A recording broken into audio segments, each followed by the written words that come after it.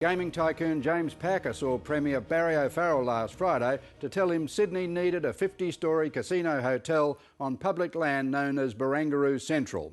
Analysts say resort casinos at Macau and Singapore are set to eclipse the turnover of Las Vegas, so strong is revenue growth through Asian high rollers. New South Wales and Australia could win a bigger slice of this $47 billion market, plus all the benefits of construction, casino tax and tourism. But the Packer plan faces big regulatory and planning hurdles.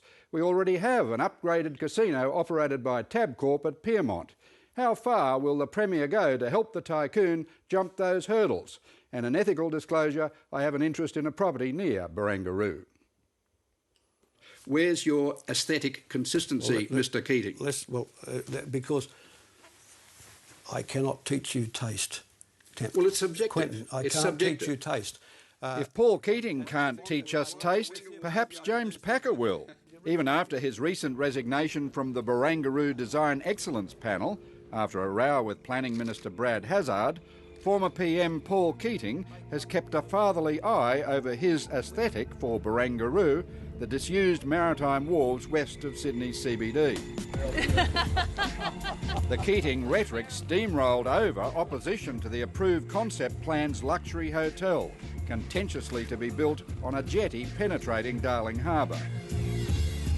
Responding to the public objections about the bulk and scale of the Barangaroo plan, including the hotel over the water, the incoming Farrell government commissioned a review which recommended that the hotel be re-sited somewhere within the high-rise commercial towers on dry land on Barangaroo South. Lend-Lease, now with a legally enforceable heads of agreement, already has approval for the Jetty Hotel. Nevertheless, it has agreed to enter into good faith negotiations with the O'Farrell government. Enter James Packer. Last month, in an audacious move, he doesn't own the site or a casino licence in this state, gaming tycoon James Packer's Crown Casino publicly released its own concept plan for a 6-star casino hotel on what's known as Barangaroo Central, public playing fields and parklands halfway between the commercial high-rise and Paul Keating's baby, the soon-to-be reconstructed Botanic Gardens Headland Park.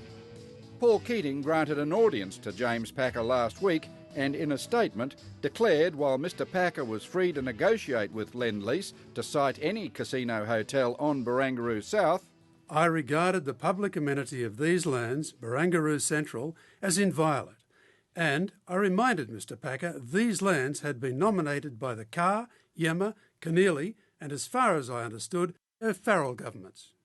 Sydney Lord Mayor Clover Moore, who's standing for re-election in September, says Mr Packer's casino hotel preferred site breaches the already agreed and approved plan for public lands at Barangaroo.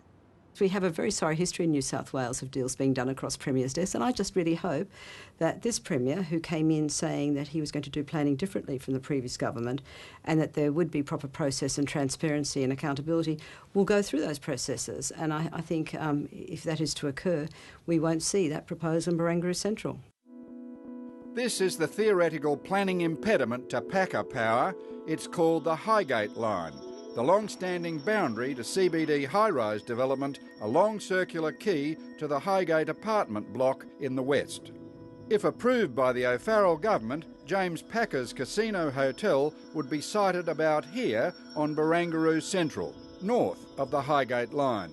Its design and architecture would provoke comparison with two globally distinctive Australian icons, the Sydney Harbour Bridge and the Opera House. But this particular building, as proposed, would go north of that Highgate line and intrude into an area which we believe is really very much part of the history of Sydney. Sydney City Councillor John McInerney is speaking for Australians for Sustainable Development, a critic of both the Keating and Lend-Lease concepts. I don't necessarily object to a casino or a hotel, but there is potential to put that building further south, in fact, back towards the Lend-Lease area. And I think that's where it should go.